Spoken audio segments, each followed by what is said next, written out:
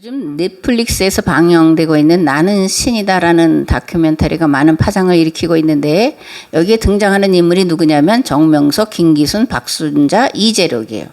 그리고 이들에게 각각 제목을 붙였는데 JMS 신의 신부들, 오대양 32구의 변사체와 신, 아가동산 낙원을 찾아서 만민의 신이 된 남자, 이런 제목을 붙였습니다. 이들 외에도 통일교회 문선명과 한학자가 있고 하나님의 교회 안상홍과 장길자가 있고 브라질의 돌라라 교주 박명호가 있고 이만희 등이 있는데 이들은 자칭 재림예수, 보혜사, 하나님의 어머니라고 자신들을 말하는데 비극적이게도 이들을 추종하는 자들이 수만에서 수십만에 이르고 있다라는 겁니다. 그러면 왜 이단과 사이비에 빠질까? 이것을 좀 생각을 해봐야 되는데 첫째는 하나님과 성경이 무엇을 말씀하시는지 모르기 때문이에요. 그래서 성경은 무지를 죄라고 말합니다. 둘째는 이단과 사이비에 빠지는 이들 가운데는 지식층들도 상당수 있는데 왜 이들이 여기에 빠지냐면 자신의 선택에는 오류가 없다라고 하는 교만 때문에 그러는 거예요. 마지막으로 이들의 의식 수준이 신화적인 사고 단계에 머물러 있어서 나타나는 신비적인 현상을 쫓기 때문에 이단과 사이비에 종종 빠진다라는 겁니다.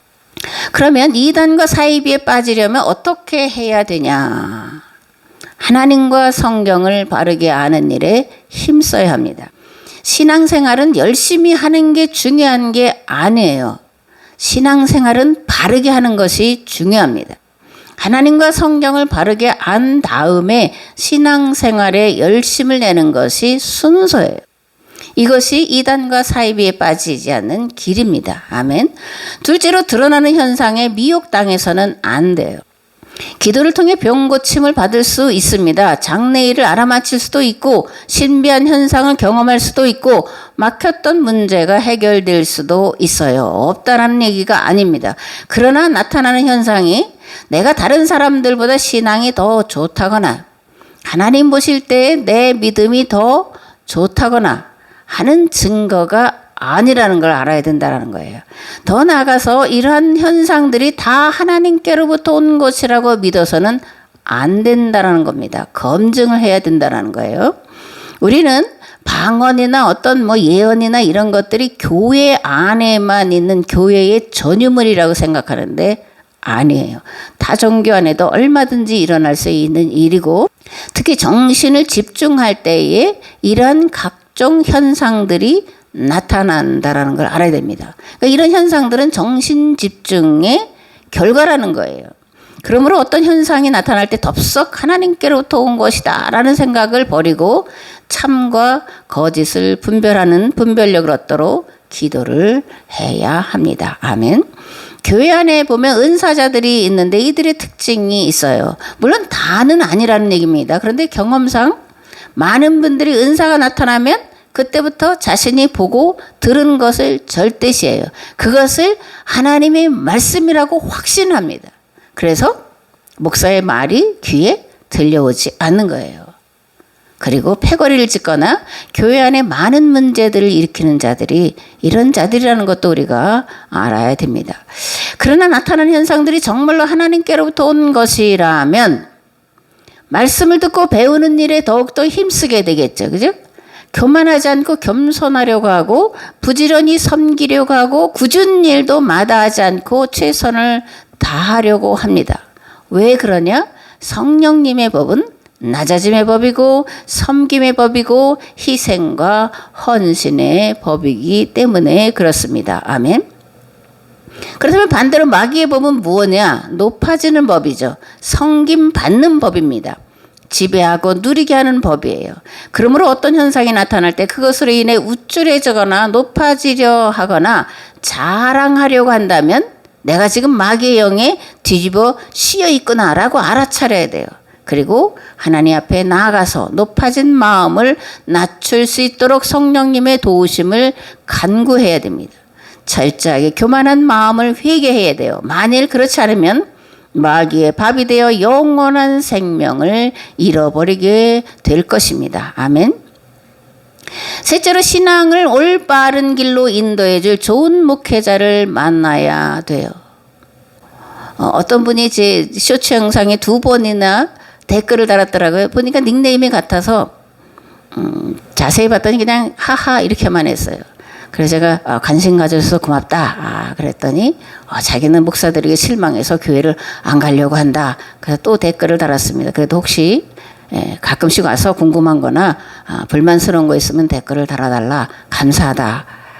이렇게 달아줬는데 이 시대의 가장 큰 복은 좋은 목회자를 만나는 거예요. 그럼 좋은 목회자는 어떤 목회자나 목회에 성공한 자가 좋은 목회자냐?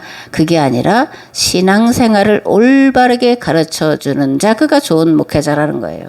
그래서 신앙을 초보 단계 또는 미신적인 단계에 머물러 있지 않고 영성의 사람이 될 수 있도록 이끌어주는 자, 그가 좋은 목회자다 이렇게 생각합니다.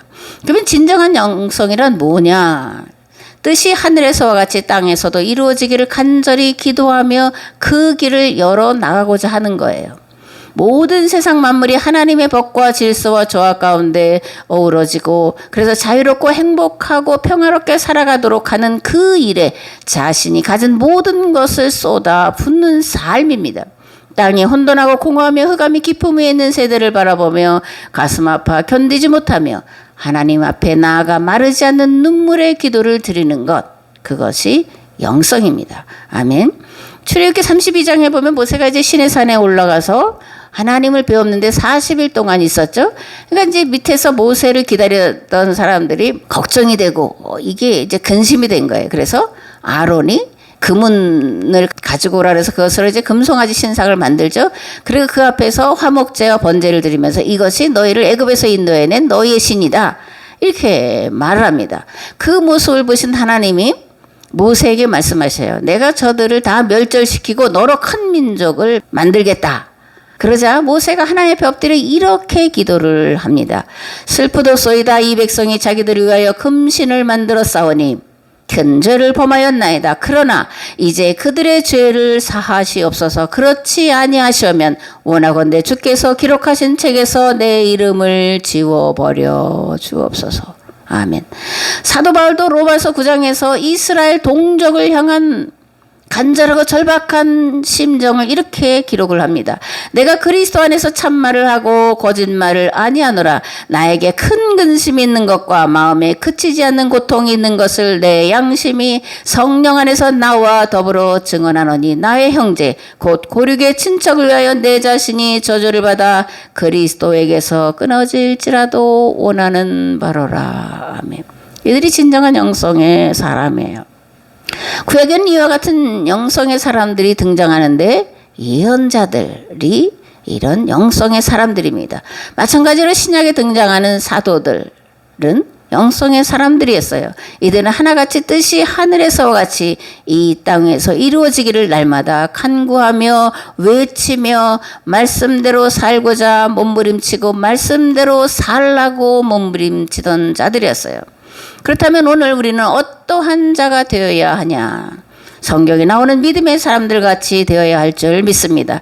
그들처럼 하나님의 법과 질서가 이 땅에 이루어지도록 끊임없이 기도해야 할 줄 믿습니다. 하나님과 성경을 바로 알기 위해 끊임없이 말씀을 듣고 배우는 일에 힘쓰고 무엇보다 가정에서 자녀들에게 하나님과 성경을 가르쳐 지키게 하는 일에 모든 시간과 기회와 정신을 쏟아부어야 할 줄 믿습니다. 아멘.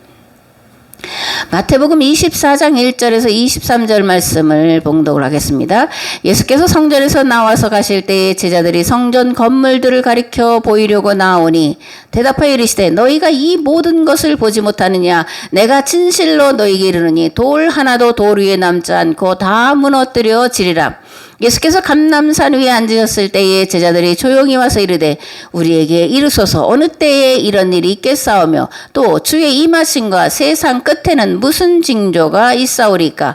예수께서 대답하여 이르시되 너희가 사람의 미혹을 받지 않도록 주의하라. 많은 사람이 내 이름으로 와서 이르되 나는 그리스도라 하여 많은 사람을 미혹하리라. 난리와 난리 소문을 듣겠으나 너희는 삼가 두려워하지 말라. 이런 일이 있어야 하되 아직 끝은 아니니라. 민족이 민족을 나라가 나라를 대적하여 일어나겠고 곳곳에 지진과 기근이 있으리니 이 모든 것은 재난의 시작이니라. 그때에 사람들이 너희를 환난에 넘겨주겠으며 너희를 죽이리니 너희가 내 이름 때문에 모든 민족에게 미움을 받으리라. 그때에 많은 사람이 실족하게 되어 서로 잡아주고 서로 미워하겠으며 거짓 선지자가 많이 일어나 많은 사람을 미혹하겠으며 불법이 성함으로 많은 사람의 사랑이 식어지리라. 그러나 끝까지 견디는 자는 구원을 얻으리라. 이 천국 복음이 모든 민족에게 증언되기 위하여 온 세상에 전파되리니 그제야 끝이 오리라. 그러므로 너희가 선지자 다니엘이 말한 바 멸망에 가증한 것이 거룩한 곳에 선 것을 보거든 읽는 자는 깨달을진저 그때에 유대에 있는 자들은 산으로 도망할지어다.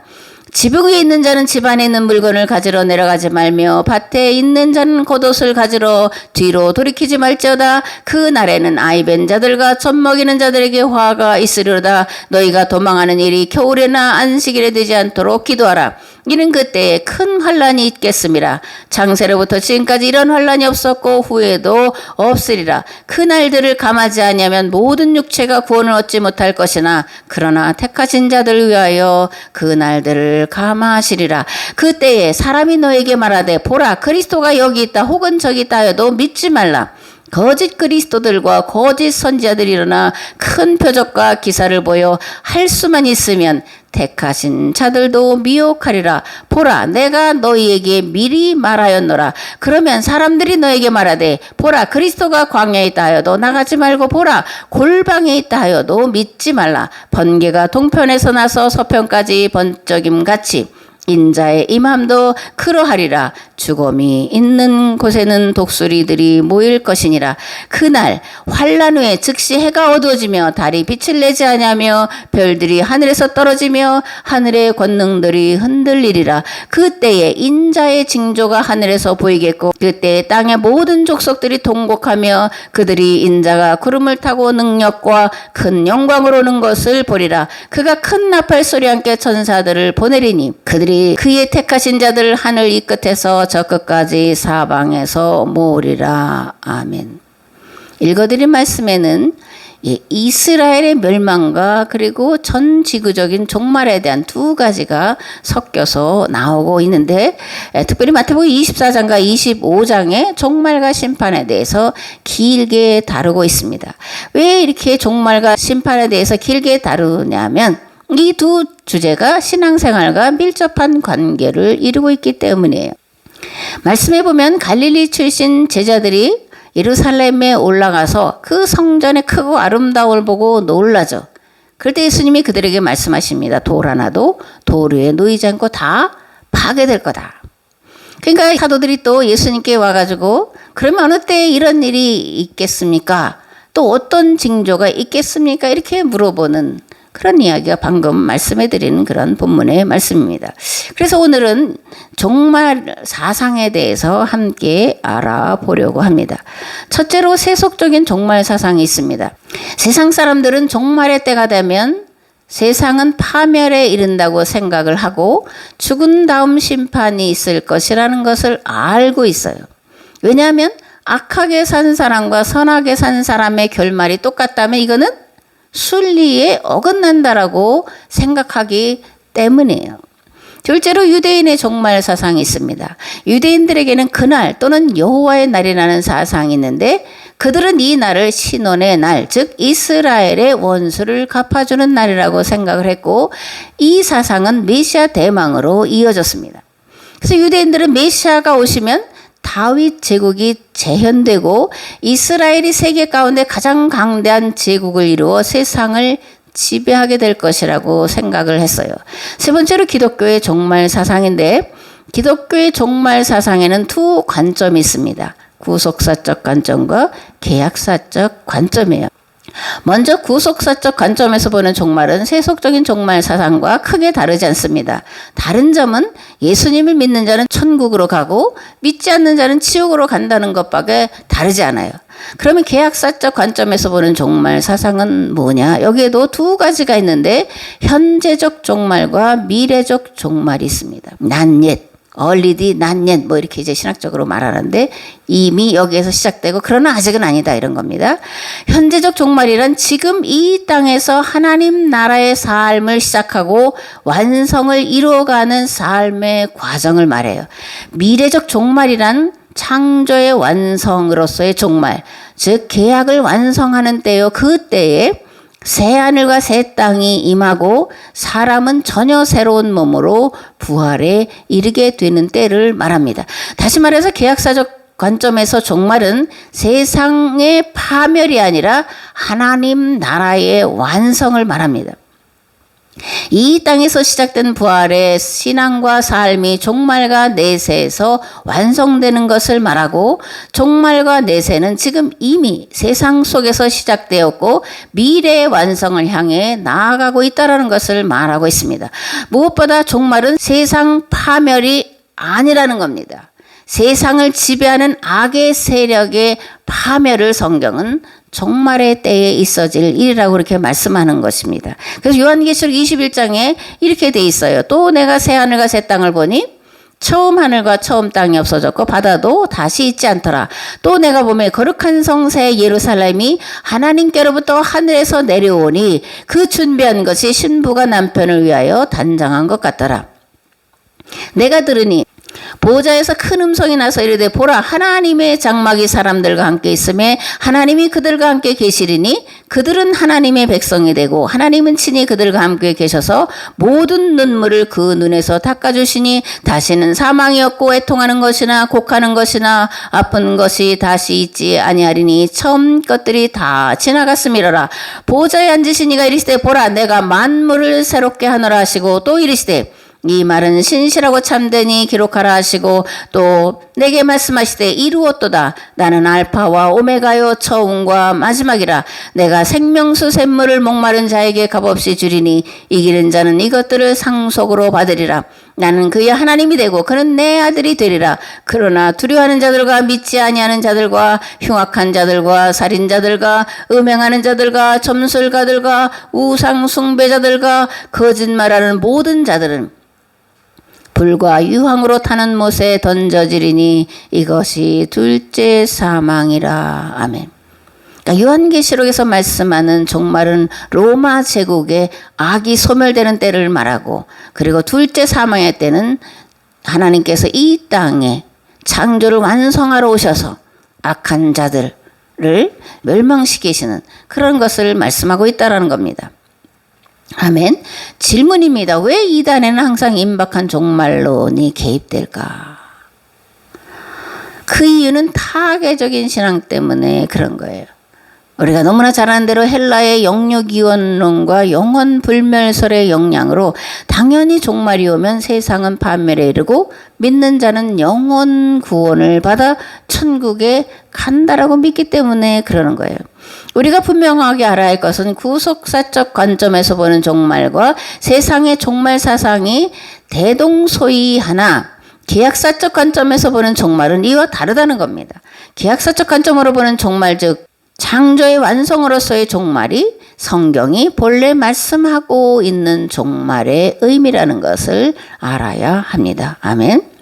마태복음 6장 10절 말씀을 봉독을 하겠습니다.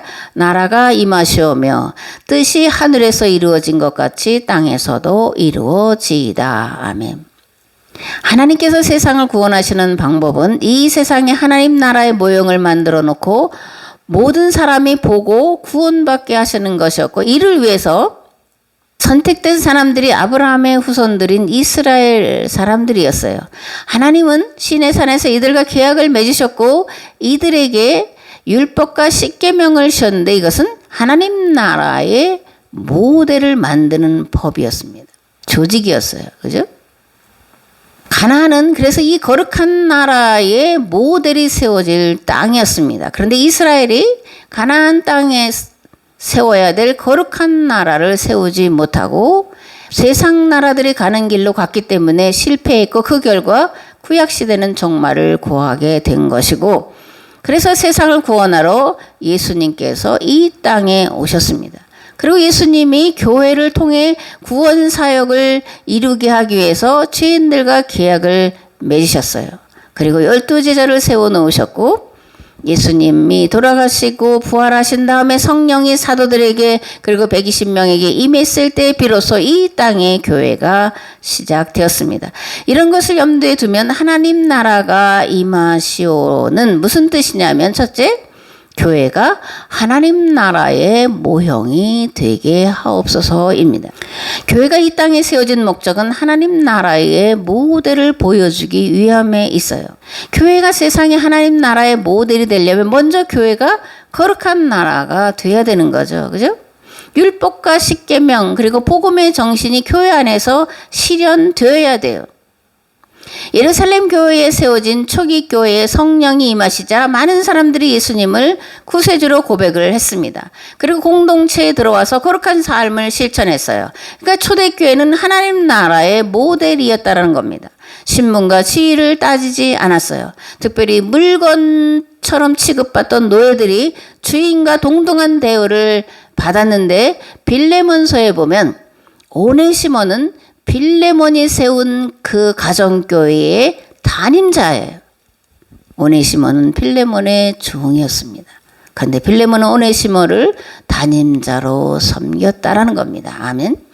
온갖 순환과 박해를 받으면서도 거룩한 삶은 계속되었고 세상을 감동시켰기 때문에 많은 사람들이 죽음의 위협을 무릅쓰고 교회로 몰려 들어왔고 300여 년 뒤에는 로마 제국의 국교가 될 수 있었습니다. 아멘.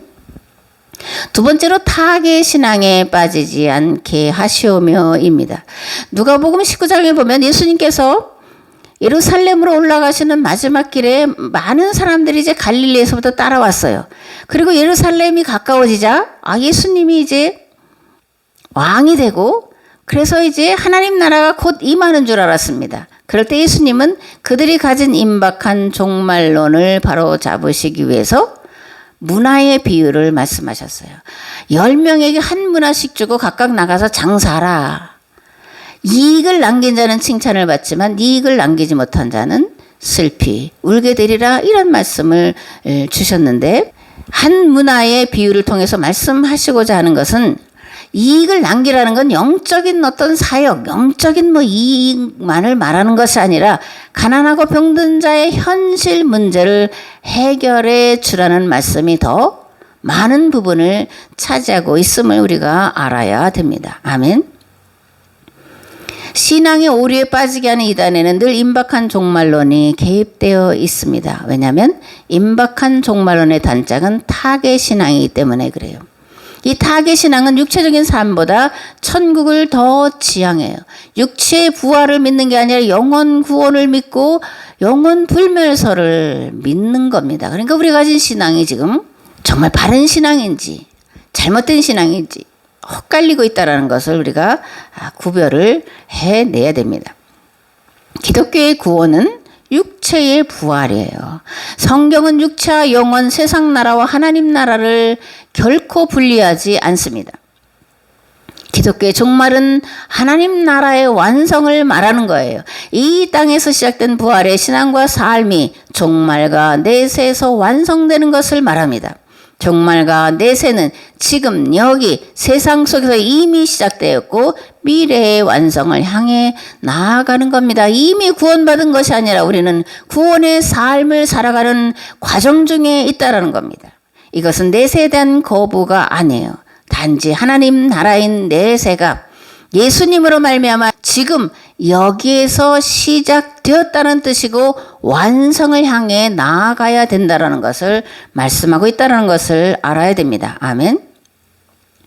요한계시록에서 말하는 바벨론의 파멸과 심판은 당시 악을 행하던 로마 제국의 종말을 말하는 것이지 세상 자체의 파멸이 아니었다라는 겁니다. 종말의 세상이 파멸로 끝이 난다면 그것은 하나님의 창조가 실패했다라는 것을 말하는 것이 되기 때문에 이건 말이 안 되는 거예요. 거듭 말하지만 하나님 나라가 지금 여기서 시작되어 종말에 완성된다고 해야 맞습니다. 따라서 세상의 파멸을 말하는 임박한 종말론과 타계적인 영원 구원론 또는 영원 불멸선은 기독교가 하루속히 벗어나야 할 오류 중에 하나입니다. 아멘. 셋째로 마귀의 나라가 물러가게 하시며입니다. 하나님 나라가 임하는 것에 당연히 마귀의 권세, 사탄의 권세도 함께 역사를 해요. 그래서 나라가 임하시오며 기도할 때 그 안에는 마귀의 나라가 물러가게 하시오며라는 뜻도 포함이 되어 있다는 겁니다. 그렇다면 마귀의 세력은 무엇으로 물리쳐야 할까? 사탄아 물러가라! 뭐 이러면 물러갈까요? 물론 물러가는 그런 사단 또는 마귀 귀신도 있습니다. 그러나 마귀의 가장 고차원적인 단계는 가르치는 자들에게 역사하는 속임수예요. 이 속임수는 물러가라 그래서 물러가는 게 아닙니다. 무엇이 잘못됐는지 무엇이 거짓인지를 분별해내야 그때에 마귀의 속임수, 마귀의 권세, 사탄의 나라는 물러가는 겁니다. 아멘. 그렇다면 마귀의 속임수는 어떻게 해결할 수 있냐? 성경을 배우되 그 기초를 견고히 하는 거예요. 마음을 낮추며 성경과 하나님에 대하여 상식에 어긋나지 않게 이해하며 사물의 이치와 원리를 터득하는 데 있습니다. 마귀는 기초를 무시하고 화려하고 높은 모래성 쌓기를 좋아하기 때문에 기본이 잘 갖추어져 있으면 감히 범접하지 못한다는 것을 알아야 됩니다.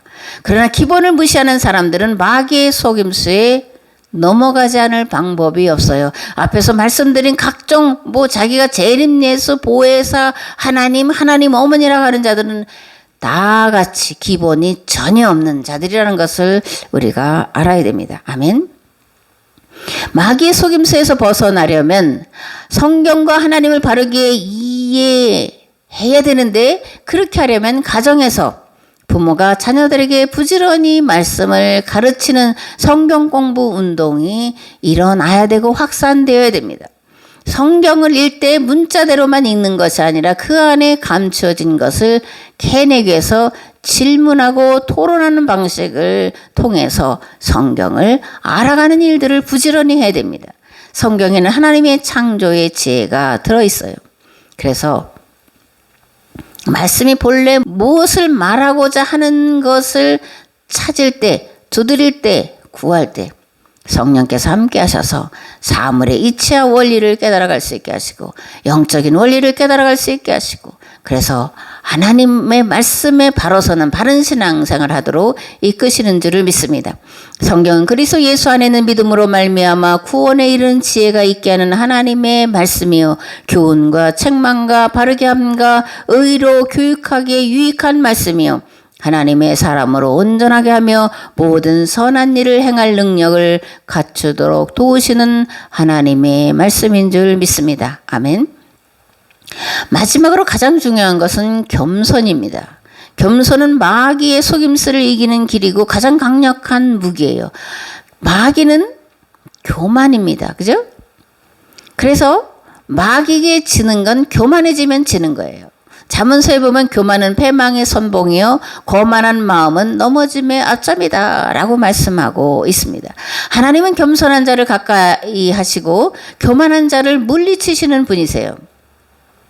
예수님은 겸손의 왕으로 이 땅에 오셨습니다. 섬김의 왕으로 오셨고 하나님과 관계가 깨어져 도무지 구원에 이를 수 없는 인간의 구원을 위해서 화목제, 희생제물이 되셨습니다. 내가 받을 저주를 대신 담당하기 위해 십자가에서 대속제물이 되셨습니다. 아멘.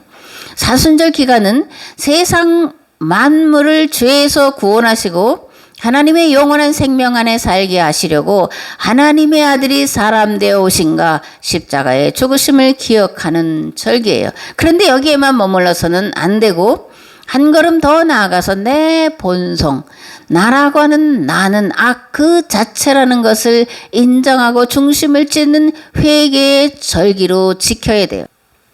죽으셨다가 다시 살아나신 예수님께서 맡겨주신 대속의 삶을 살아갈 것을 거듭 결단하는 절기여야 합니다. 워낙에는 하나님께서 우리와 함께 하셔서 거룩함과 진실함에 이르고 자기 자신을 보는 자기 성찰의 기도를 통해서 나에게 우리 교회에게 주어진 사명을 바로 깨닫고 그것을 감당하기 위해서 기도하시는 또한 하나님의 사람으로 만들어 가는 복된 사순절 기간이 되기를 우리 주 예수 그리스도의 이름으로 축복합니다. 아멘. 이제는 길과 진리와 생명 되신 예수 그리스도의 은혜와 아버지 하나님의 무한하시고 극진하신 사랑하심과 성령님의 감화 감동 교통 역사하심이 이제 이 세대 가운데 교회가 또 성도가 가정이 마땅히 무엇을 해야 될지를 바로 깨달아 알고 돌아가는 우리의 삶의 자리 위에 교회와 가정 위에 그리고 이 나라와 이 민족 위에 이제로부터 영원토록 함께 하옵시기를 간절히 축원하옵나이다. 아멘.